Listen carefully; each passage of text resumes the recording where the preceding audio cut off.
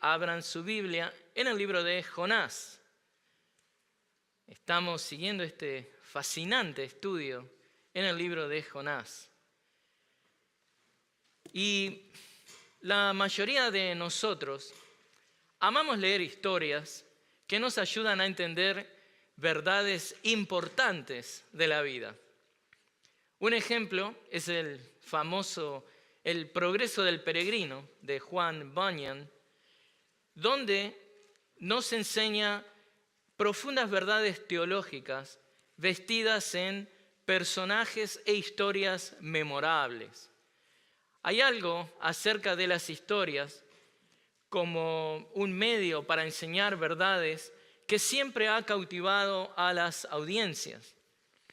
Y en un sentido, Jonás es nuestro Juan Bunyan del Antiguo Testamento, del siglo VIII a.C., porque él nos narra una historia real, eso fue una historia real, contada de una manera magistral. La historia del libro de Jonás es impactante, bella, aleccionadora. El libro de Jonás nos muestra el poder de la misericordia y la soberanía de Dios. Y es de remarcar que si bien el libro es mayoritariamente histórico y solamente contiene una profecía, ¿dónde está? En el 3:4, 40 días y Nínive será destruida. Pero si bien eso es así, pareciera que tiene esto más afinidad, este tipo de libro, con lo que es Reyes y Crónicas, que serían, digamos, libros más históricos, que una afinidad que podría tener con los libros proféticos. Pero la realidad es que, a pesar de que el relato de Jonás es más parecido a los relatos de Elías y Eliseo, este pequeño bestseller, este bestseller profético que escribió, está enclavado en medio de lo que los judíos llamaban los 12. Porque los 12 profetas, los profetas menores para nosotros, incluye Jonás ahí por el estilo literario que muestra. Él muestra los eventos narrados de una manera hermosa, que están llenas de tipología y simbología profética. Por eso está ahí y esa es la razón de que está incluido entre los profetas menores. Evidentemente, Jonás es un escritor maravilloso, un escritor poético, lúcido, capaz. Él puede verdaderamente transmitir profundos pensamientos teológicos encapsulados en escenas que son apasionantes y cautivadoras.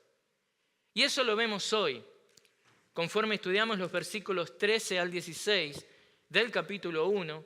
Jonás 1, 13 al 16 nos presenta 4 axiomas que describen nuestra salvación. Un axioma es una verdad obvia, tan obvia que no necesita ni siquiera ser demostrada. Y es lo que Jonás nos muestra, estas verdades obvias, en el versículo 13 al 16.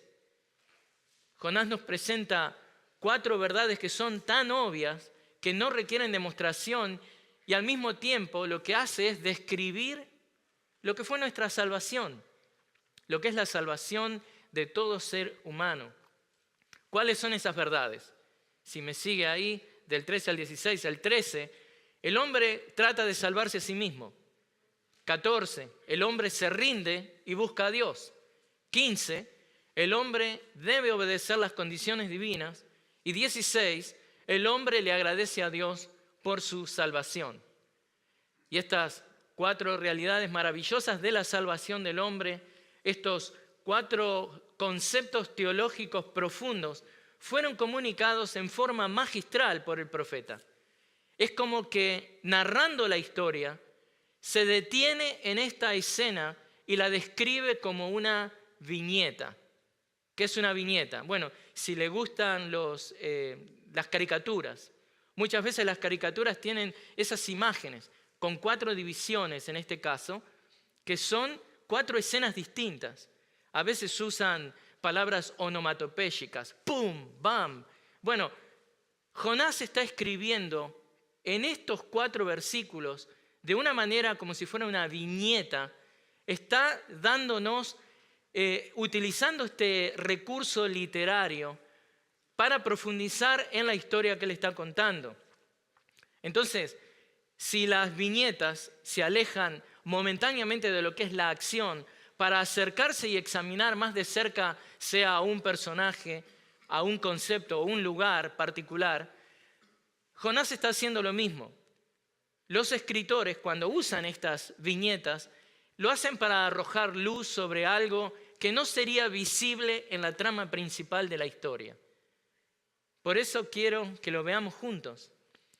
Eso es lo que vamos a ver hoy aquí, que conforme Jonás narra los eventos del desenlace de cuando Dios calma la tempestad, al mismo tiempo nos está mostrando verdades teológicas profundas en cada escena que nos narra.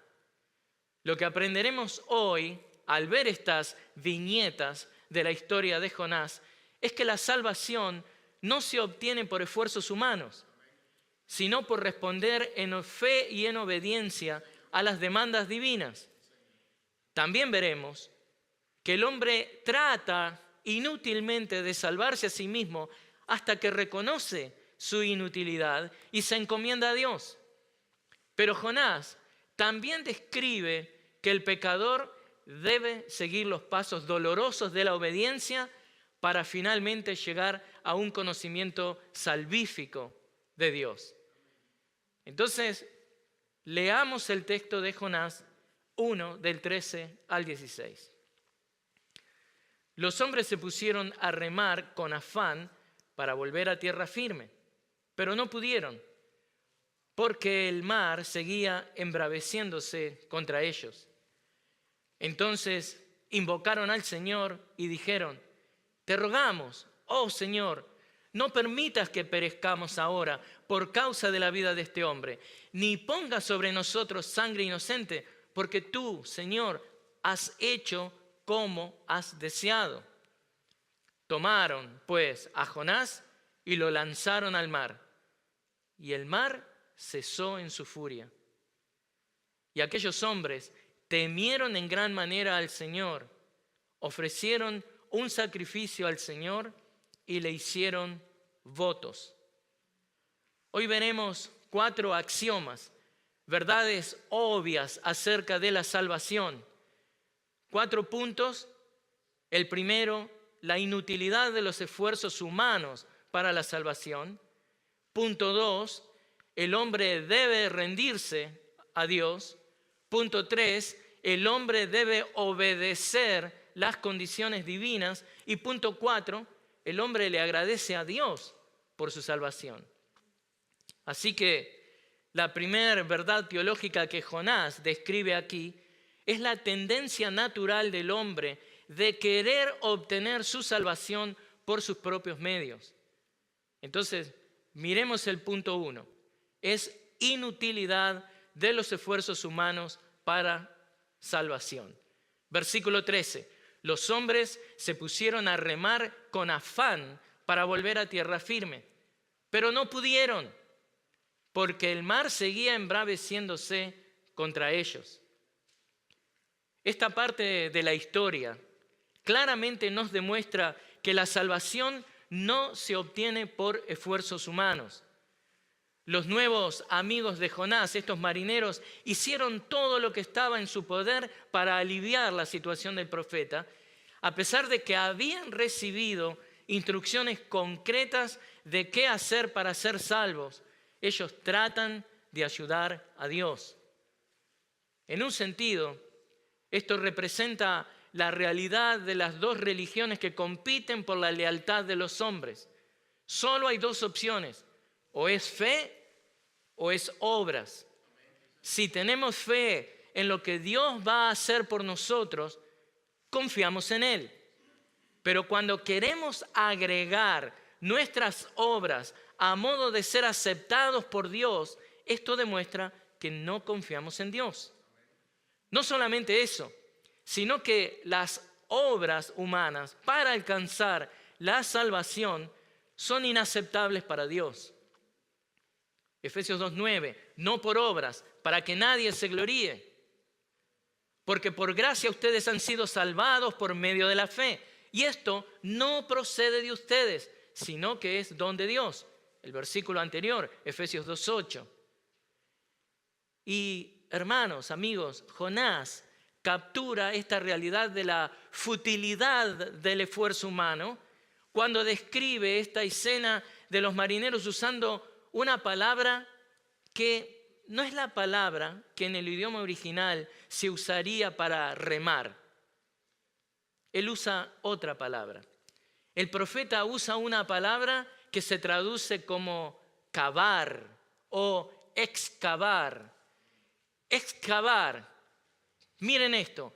Este es un verbo clave que puede ser entendido como que los marineros estaban excavando o buscando una salida a través de una pared. ¿Cuál era la gran pared? Las grandes olas. O también puede ser entendido que estaban cavando su tumba hacia la muerte. La pared ajusticiadora de la ira de Dios es algo que el hombre no puede saltear en sus propios términos. Aún así, el hombre hace un esfuerzo estéril para saltar esa pared. ¿Qué nos enseña esto? Nos enseña que el inconverso quiere salvarse a sí mismo y lo único que logra es cavar su tumba más profundamente. Nadie puede escapar de la ira de Dios y el esfuerzo humano es inútil para salvarse de esa ira santa de Dios. En esta historia es evidente que Dios está detrás de la tormenta. Por lo tanto, no hay nada que el hombre pueda hacer para detenerla. Los marineros ya han tirado el cargo al mar y ahora están intentando remar en contra de la marea, en contra del viento, en contra de la corriente. En definitiva, el esfuerzo humano es completamente estéril.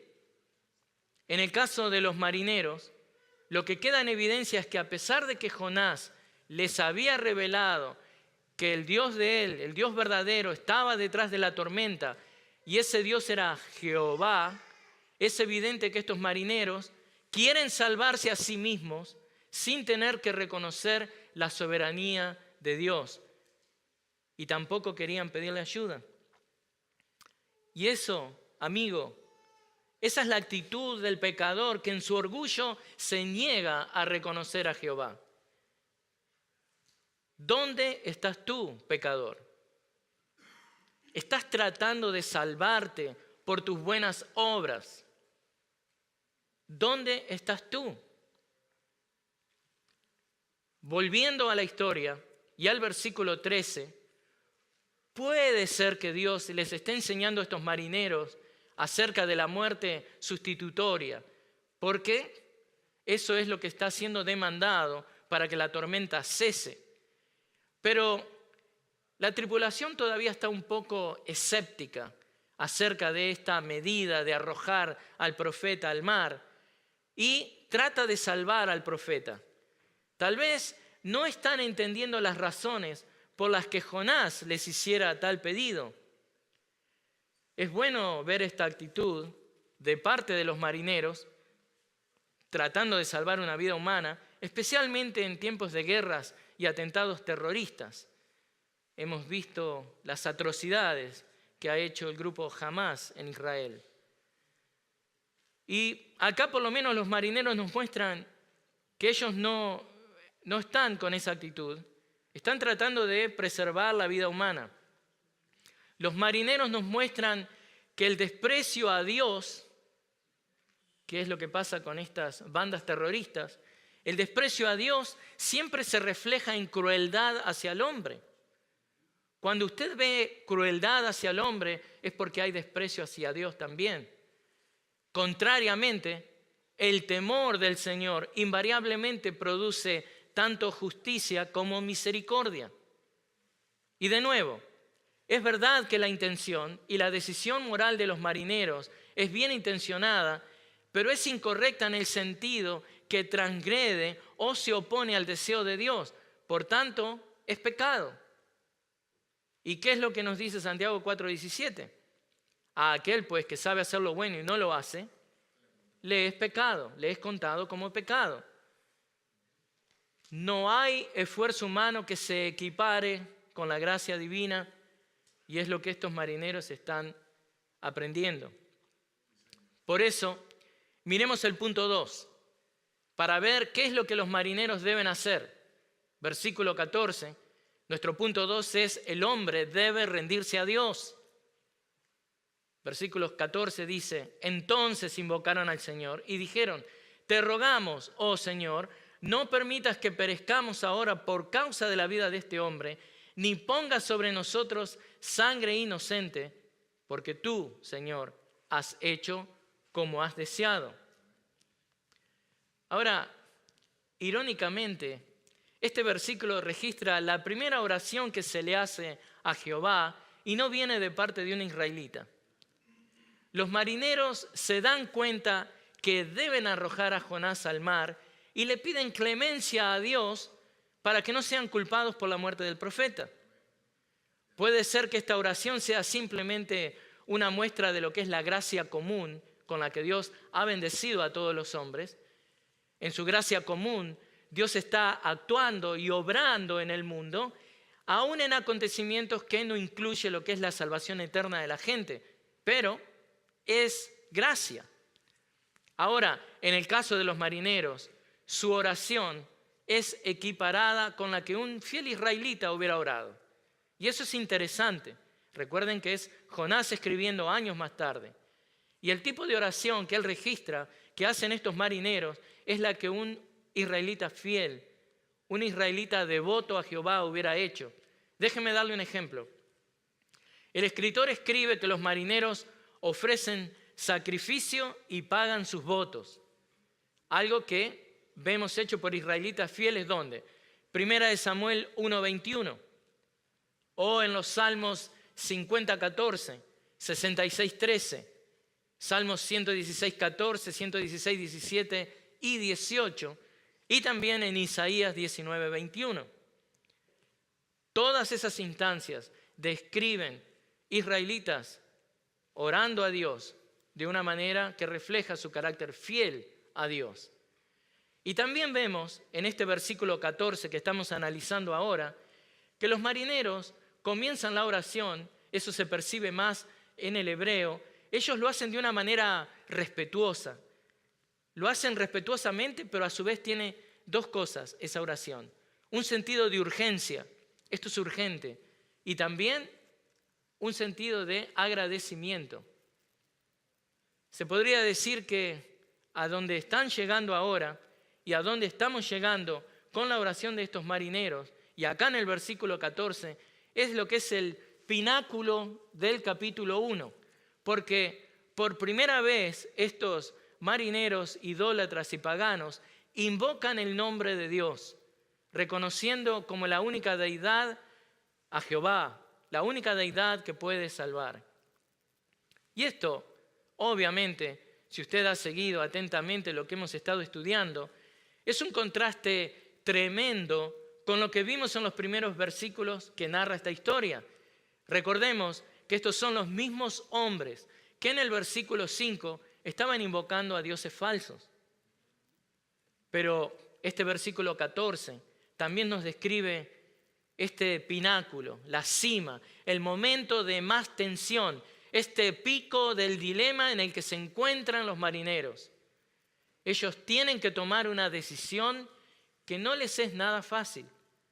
En un sentido están entre la espada y la pared de agua. Es como un doble aprieto legal y ético. Si obedecen a Jonás, pueden ser culpables de asesinato. Y si desobedecen a Jonás, no solo están contraviniendo lo que el profeta les dijo de parte de Dios, sino que ellos mismos podrían perecer en la tormenta. Así que, como aquel que es un ejecutador público, ellos rogaron ser perdonados por la acción que estaban obligados a hacer, en lo que estaban obligados a participar. Ahora, quiero resaltar algo, que hay algo muy especial en esta oración. Esta oración que los marineros están elevando a Dios, no solo le está pidiendo a Dios de que no los ayude, de que los ayude a no perecer, sino que también le piden que no sean juzgados como culpables de sangre inocente debido a la muerte de Jonás. Ahora, lo curioso es que de la manera que está ahí, la sangre inocente es la de ellos, porque ellos consideran que Jonás es culpable y él merece el castigo. Estaban tratando de perdonarlo, pero bueno. Pero ante todo, es el final de la oración lo que arroja un montón de luz acerca de lo que los marineros están aprendiendo. En todo este evento, desde que Jonás subió al barco hasta ahora, créanme, los marineros están haciendo un curso intensivo de teología. Entonces, ¿qué es lo que están aprendiendo? ¿Qué es lo que estamos aprendiendo nosotros del texto? Bueno, que adorar a cualquier otro Dios, aparte del Dios verdadero, es algo completamente vano. ¿Cómo inferimos eso? ¿Cómo nos damos cuenta de eso? Porque el final de la oración que registra Jonás dice esto, miren, tú, Señor, has hecho como has deseado. Y esa frase, así como está, se encuentra en 3 otras ocasiones en la Escritura. ¿Dónde, por ejemplo? Isaías 46:10, Salmo 115:3, Salmo 135:6. Les quiero leer los pasajes.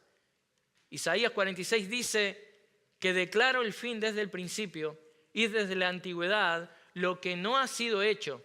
Yo digo, mi propósito será establecido y todo lo que quiero realizaré. Isaías 46:10. Pero luego, lo mismo que citan los marineros, de que el Señor hace como quiere, están en el Salmo 115:3. Nuestro Dios está en los cielos. Él hace lo que le place. Si alguien duda de la soberanía de Dios. Pero hay otro, Salmo 135:6. Todo cuanto el Señor quiere, lo hace. En los cielos y en la tierra, en los mares y en todos los abismos. Resumiendo, los marineros tienen 2 pedidos para Dios: que no los mate, porque Jonás está en el barco, porque todavía está ahí, ¿no? Y que no los castigue después que arrojen al profeta al agua. Y debemos entender que estos marineros, en un sentido, estaban acostumbrados a lidiar con dioses paganos caprichosos. Por eso es como que le piden a Dios que después que lancen al profeta al agua, Dios no cambie la opinión y los castigue. Pero increíblemente, hermanos, estos marineros terminan afirmando la libertad soberana de Dios en todo este evento. Ellos entienden que Dios puede hacer lo que quiera. Estos hombres entienden que Dios ha orquestado todos los eventos conforme a su voluntad, a la voluntad de Dios, para llevar a todos los personajes, ellos, los marineros incluidos, al momento y el lugar exacto que los quería Dios para llevar adelante sus planes soberanos. Así que los marineros ahora ya tienen bien claro, Dios es soberano. En este punto, ellos comienzan a entender que el hombre, debido a que Dios es soberano, el hombre debe obedecer las condiciones divinas. Dios es el que manda. Y ese es el punto 3 que vamos a ver. El hombre debe obedecer las condiciones divinas. Está en el versículo 15. Tomaron pues a Jonás y lo lanzaron al mar y el mar cesó en su furia. Este es un momento duro para los marineros, donde los corazones de los marineros, verdaderamente estos hombres fuertes y toscos, han sido tocados. Por un lado estaban exclamando internamente en una completa maravilla, ¿no?, de que Dios controla los vientos y las olas, todo le obedece a Dios. Y externamente le estaban ofreciendo sacrificios a Dios y haciendo votos a este poderoso Dios del cielo y de la tierra. Pero a su vez por Jonás nada podían hacer. Aquí los marineros cesan de orar y se disponen a ejecutar el pedido que fuera impuesto sobre ellos. El evento de arrojar a Jonás al mar sigue en la línea de Dios arrojando el viento y los marineros arrojando la carga al mar, ¿recuerdan? Es el mismo verbo que está siendo usado aquí para denotar, para explicar, para comunicar que lo que Dios comenzó al arrojar el viento al mar para detener la huida del profeta, ahora se ve cristalizado en la acción del profeta siendo arrojado fuera de borda. Hay un estudio que se ven los verbos infinitivos.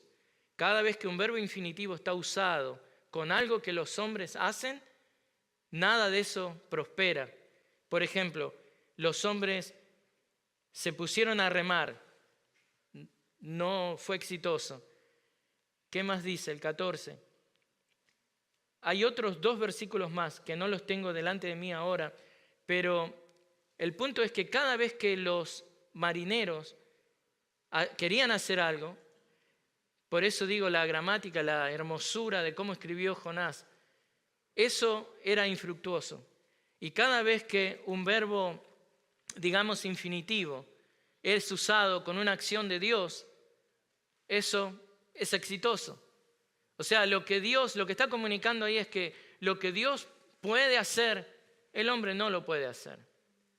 Así que, donde estamos ahora es en el momento en el que milagrosamente cesa la tormenta. El autor lo refleja de una manera dramática al personificar al viento, así como lo hiciera con el barco. ¿Se acuerdan que el barco dice, estoy pensando en romperme? Bueno, ahora el viento es descrito en una personificación de que el viento calma su furia. Y esto tiene completo sentido, porque dado que el viento ha sido el agente usado por Dios para manifestar su furia, al mostrar al viento calmando su furia, quiere decir que es Dios calmando su furia. A su vez, esto claramente da a entender que justamente la furia de Jehová ha sido aplacada. Y lo que vemos aquí una vez más es la belleza literaria de este libro, que no me canso de repetir, y la maestría de Jonás como escritor. Miren esto, del versículo 4 al versículo 15 encontramos lo que se llama un inclusio. Son paréntesis que está diseñado para identificar la escena que sucede en el mar. Entonces, el versículo 4 sería un marco o un paréntesis, y el otro marco es el versículo 15, y lo que está colocado en el medio de ellos es el material que él quiere destacar. Entonces, ¿qué es lo que hace? Dios arroja el viento, que desata la tormenta y culmina con los marineros arrojando a Jonás al mar. Hermoso. Una vez que estos hombres dejaron de esforzarse, una vez que estos hombres procedieron a pedirle ayuda a Dios, una vez que estos hombres proceden a obedecer lo que se les había pedido, a partir de ese momento en que dejan de confiar en sí mismos y confían en Dios, es ahí cuando ellos experimentan una salvación verdadera. Estas acciones de los marineros claramente reflejan la diferencia entre la salvación por obras y la salvación por fe. Algunos dirán que es imposible que hayan experimentado estos marineros una conversión tan radical. Bueno, déjeme que le diga una cosa, toda conversión es radical. Toda conversión es un milagro de Dios. Richard Phillips lo dice así: no necesitaron más gracia para salvarse que la que necesita cualquier cristiano para salvarse. Así que esta salvación que experimentaron los marineros podría ser comparada con la conversión de los tesalonicenses que Pablo describe en Primera de Tesalonicenses, capítulo 1, versículos 9 y 10. Él lo escribe así: pues ellos mismos cuentan acerca de nosotros, de la acogida que tuvimos por parte de ustedes y de cómo se convirtieron de los ídolos a Dios para servir al Dios vivo y verdadero. No solamente eso, dice, y esperar de los cielos a su Hijo, el cual resucitó de entre los muertos, es decir, a Jesús, quien nos libra de la ira venidera.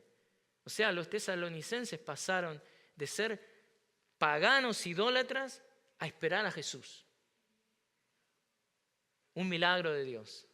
Y si usted está aquí y es salvo, eso es un milagro de Dios. Y si usted está aquí y todavía no se ha arrepentido de sus pecados, pídale a Dios que ejecute ese milagro en su vida. Entonces, hermanos, lo que les estoy mostrando en el libro de Jonás es que claramente vemos en este pasaje una viñeta de nuestra salvación, distintas escenas. El versículo 13 nos muestra que los marineros tratan inútilmente de salvarse a sí mismos e inmediatamente se dan cuenta que esto es un esfuerzo estéril, inútil. Toman conciencia de la imposibilidad de salvarse a sí mismos. Luego llegamos al versículo 14 que ya vimos, cuando finalmente se dan cuenta de que deben hacer las cosas de la manera que Dios les pide, a modo de que sean salvos. Y la viñeta, la imagen clara y bíblica que vemos aquí es que el libro de Jonás nos muestra el carácter exclusivista de la salvación divina. ¿Exclusivista en qué sentido? Exclusivista en el sentido de que la salvación del hombre viene pura y exclusivamente a través de la revelación de Dios acerca del camino de salvación. En el caso de Jonás, vemos que Dios va a la búsqueda de los marineros y de los ninivitas. El tipo de salvación mostrada en este libro de Jonás es de carácter exclusivista. Esto no es algo universalista o pluralista. La salvación aparte de Jehová es imposible. Y Jonás lo escribe en el 2:9. La salvación es del Señor. Es exclusiva de Dios. Algunos comentaristas creen que parte del proceso de salvación de los marineros incluyó la revelación de parte de Jonás de que él debía morir en el lugar de ellos. Ellos, estos comentaristas, aducen que el profeta les enseñó acerca de la muerte sustitutiva que los israelitas practicaban cada vez que ofrecían sacrificios por sus pecados. Y puede ser. Todo lo que pasó en el barco no está narrado. Por lo tanto, estos marineros creyeron en la palabra de Jonás y clamaron a Dios para que les perdone por la muerte del profeta tomando su lugar. En otras palabras, ellos pusieron su fe en la muerte del profeta para aplacar la ira de Dios y luego esta conversión verdadera es demostrada por las acciones de adoración y temor a Dios al ofrecer holocaustos a Dios. En otras palabras, también lo que vemos acá, hermanos, es que esta es una conversión real donde Dios aplasta los ídolos del esfuerzo personal. Dios aplasta los esfuerzos de las buenas obras para que finalmente estos hombres lleguen a confiar en el único Dios verdadero y les salve. Entonces, si usted está aquí sin Cristo, ¿qué debe hacer usted? Aplaste los ídolos del esfuerzo personal y las buenas obras. No solo en la salvación, y ahora para los cristianos también, sino debemos los cristianos aplastar los ídolos que todavía queremos abrazar en el proceso de santificación. ¿A qué me refiero? De la misma manera que debemos entender que no podemos salvarnos a nosotros mismos y debemos confiar en la provisión que Dios ha dado para que seamos salvos, usted no puede presentar el sacrificio perfecto delante de Dios, lo sabemos. Ese sacrificio perfecto ya ha sido presentado a su favor. En la parte de la salvación estamos bien, pero a veces nos olvidamos que también aplica en la santificación. Usted no puede vivir la vida perfecta que Dios reclama. Esa vida perfecta ya ha sido vivida por usted, o sea, a favor de usted, quiero decir. Y esa vida perfecta es aplicada a su favor porque eso es lo que llamamos la justicia de Cristo. Y si usted ha sido salvado, lo único que debe hacer es confiar que la misma gracia que lo salvó lo va a hacer perseverar en su santificación. Usted no debe buscar los ídolos del esfuerzo personal, y hacia ahí estoy yendo, hablándole a los cristianos. Por ejemplo, si antes usted creía que su salvación dependía de ir a la iglesia, una vez que usted es salvo por gracia, no vuelva a actuar como si su salvación depende de que usted venga a la iglesia. Y con esto, atiéndame bien, no estoy incitándolo a que no venga a la iglesia. Lo que estoy haciendo es asegurándome que usted no vuelva a levantar ese ídolo. Eso no lo salva. Lo que lo salva es la obra perfecta de Cristo y su fe en la obra perfecta de Cristo, dada por Dios, fe dada por Dios. Así que ningún ídolo de ese tipo nos salvará. Y los ídolos, la verdad, pueden ser varios. Otro ídolo puede ser, voy a leer más la Biblia. Bueno, Dios quiera que lo haga, pero no lo haga para ganar un favor con Dios, ¿no? O otro ídolo puede ser, voy a obedecer más a mis padres. Bueno, gloria a Dios si lo hace. O voy a dar más tiempo, invertir más tiempo, más dinero en la obra del Señor. Gloria a Dios si usted lo hace con un corazón agradecido a Dios.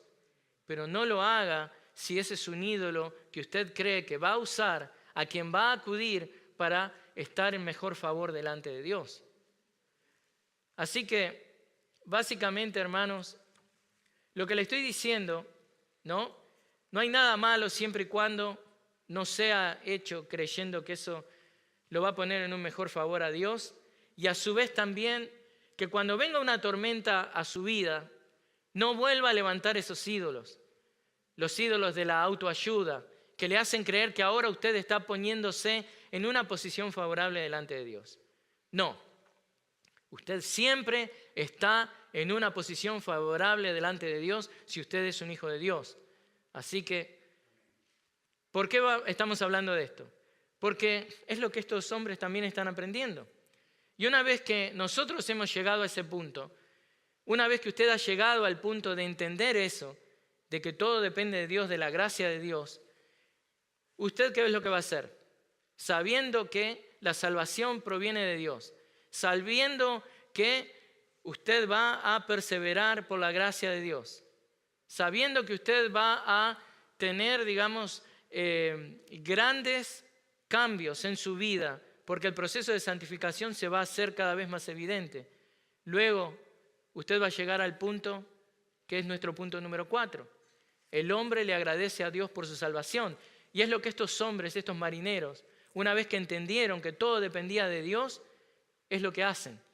Y es el punto 4. El hombre le agradece a Dios por su salvación. Esta es la escena 4 de esta viñeta que nos muestra nuestra salvación. Y fíjense en esto, un poco triste, ¿no? En esta escena hay un ausente. ¿Quién es? Jonás. En esta escena, Jonás está ausente. Y la gran sorpresa aquí es que una vez que la calma después de la tormenta se ha asentado, aún así los marineros no han perdido el temor. Aunque esta vez el temor es transformado en adoración. Esta es una de las tantas ironías de esta historia. Ante la calma y el sentido de salvación inminente imperante en la nave, la respuesta milagrosa es adoración a Jehová. Lo que vemos es que la remisión de la ira de Jehová motiva la adoración genuina a Jehová. Ahora los marineros se habían graduado de la escuela del temor ignorante que tenían antes. Ahora su temor tiene un nombre. Ellos están temiendo a Jehová.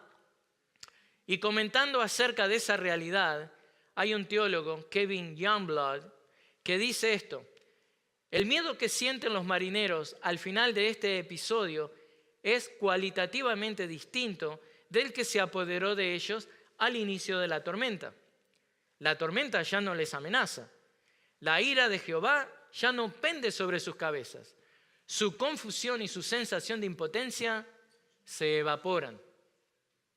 Y bueno, ellos ya no temen por miedo, temen en adoración. Y aquí tenemos que entender que años después, el profeta entendió y valoró esta conversión de los paganos. Es por eso que escribe con asombro acerca de la adoración que estos marineros le están ofreciendo a Dios. Esta adoración que los gentiles están ofreciendo no es un mero sentimiento religioso. Esto es verdadera adoración al Dios de Israel, y Jonás lo sabía. Es de imaginar que el Espíritu Santo le revelara estos eventos del versículo 16 que estamos viendo. ¿Por qué digo eso? Porque Jonás estaba en el agua. Jonás estaba, digamos, en picada libre en el océano. Algo que también es asombroso en el mar Mediterráneo. Algo que también es asombroso es que Jonás evidentemente fue en caída libre.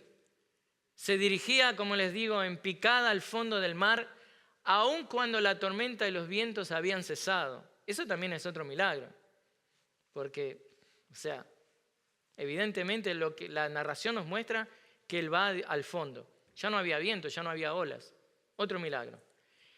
Y hay varias preguntas, hablando acá en el versículo 16, que, déjenme leerlo, y aquellos hombres temieron en gran manera al Señor, ofrecieron un sacrificio al Señor y le hicieron votos. Hay varias preguntas acerca de la conversión de los marineros. ¿Fue esto una salvación verdadera? ¿O fue simplemente un reconocimiento a la salvación momentánea que obtuvieron de parte de Dios? Bueno, otra pregunta ¿es práctico y veraz hablar de ofrecer sacrificios a Dios cuando todavía estaban en el barco? Contestemos esa primero. Respecto a los sacrificios, bueno, este tipo de rituales eran ofrecidos en puertos llamados puertos santuarios, y puede ser que este haya sido el caso con la tripulación, que fueron a un puerto santuario y ahí inmediatamente ofrecieron holocausto a Dios. Porque recuerden que ellos no hacen esto para que Dios les salve, o sea, para obtener algo de Dios. Ellos lo hacen una vez que ya son salvos. Una vez que en obediencia ellos hicieron lo que tenían que hacer, ellos ahora están adorando a Dios. Entonces, contestemos la otra pregunta. ¿Fue esta una salvación verdadera? ¿Qué opinan ustedes cuando leen Jonás? Bueno, hay tres posiciones. La posición 1 dice que fue una conversión completa y verdadera a Jehová. La posición 2, que es un simple reconocimiento de los marineros de que Dios puede hacer como quiere. Y la posición 3, no una conversión a Jehová, pero sí un compromiso real y sincero de continuar estos lazos con el Dios que acababan de descubrir. Ahora, he leído bastante en eso. Phil Johnson cree que la tripulación fue salvada no solamente de manera temporal, sino que fue una conversión verdadera. En un sentido, esa es otra ironía. ¿Por qué? Es una ironía que nos muestra que el mismo profeta que se escapaba para no testificarle a los gentiles fue el instrumento de la salvación de esos paganos al bordo del barco. Evidentemente Dios ha hecho como se le ha placido. Él es soberano. Así que, ¿por qué dudar de que esta salvación es genuina? Pero una de las razones a tener en cuenta de que fue una conversión genuina es que se ajusta al contenido general que hay en la historia de Jonás. El profeta había temido que su predicación en Nínive hubiera conducido a los paganos a una salvación verdadera. Por eso no quería ir. Entonces, ¿por qué dudar de que esa misma predicación que no quería hacer en Nínive, al compartirla con los paganos en el barco, produjo ese fruto, conversión verdadera? Entonces, estos paganos encontraron la misericordia en la gracia de Dios que estaba siendo prometida a los ninivitas. Ahora miren esto. Varios comentaristas no creen que fue una conversión verdadera. Juan Calvino es uno de ellos. Pero a su vez, Juan Calvino escribe lo siguiente. Escuchen esto. Por eso, cuando los marineros hacían sus votos a Dios, renunciaban a sus propios ídolos, ahora hacían sus votos al único Dios verdadero, pues sabían que sus vidas estaban en sus manos. ¿Estás seguro, Juan, que no estás de acuerdo? Porque suena lo que escribe, de que él también entiende que esta es una salvación verdadera. Pero bueno, aún aquellos como Calvino acá, ¿no?, que luchan con aceptar esta salvación milagrosa, describen las palabras de los marineros de una manera que deja en evidencia que estos hombres habían alcanzado salvación verdadera. Y qué alentador, hermanos, es pensar que estos mismos marineros probablemente fueron los que llevaron el conocimiento del Dios verdadero a España. Recuerden que ellos iban a Tarsis, que era un puerto en España. Así que, ¿de qué nos sirve esto? Alentémonos con la realidad de que no hay salvación imposible para Dios. Si está pensando en alguien de la familia que usted dice, no hay salvación imposible para Dios.